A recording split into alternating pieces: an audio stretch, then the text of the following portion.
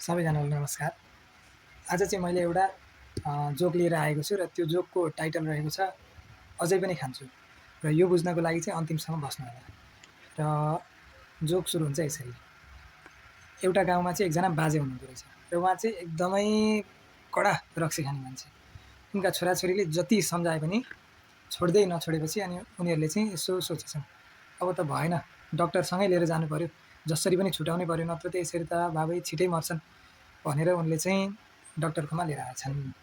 डक्टरकोमा लिएर आइसकेपछि अनि डक्टर, बाले त जति गरे पनि रक्सी छोडेनन्, केही जुक्ति लगाएर बाको रक्सी छुटाउनु पर्यो भनेर भनेछन्।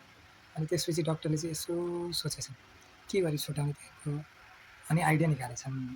के गरेछन् त भन्दाखेरि दुईवटा गिलास लिएर आएछन्।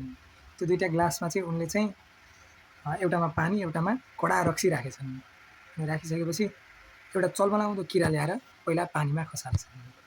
पानीमा खसालेपछि ती बाबे त्यहीँ अगाडि बसेर हेरिरहेको थिए।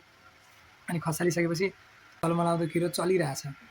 अनि त्यहाँबाट निकालेर फेरि रक्सीमा खसालेछन्। खसाल्ने बित्तिकै एकैछिनमा छटपटाएर त्यो मर्यो। बा यसबाट के सिक्नु हो त भनेर भनेछन् ती बालाई। अनि बाले चाहिँ यसरी ताउ लाउँदै हाँस्दै के भनेछन् भने, हामीले रक्सी खायौँ भने त पेटमा भएका कीटाणु जति सबै मर्ने रहेछन्, जुका जति सबै मर्ने रहेछ, अब त्यो दिनको अझ बढी खान्छु भनेर भनेछन्। जोक मन पर्यो भने चाहिँ सब्सक्राइब गर्नुहोला। धन्यवाद।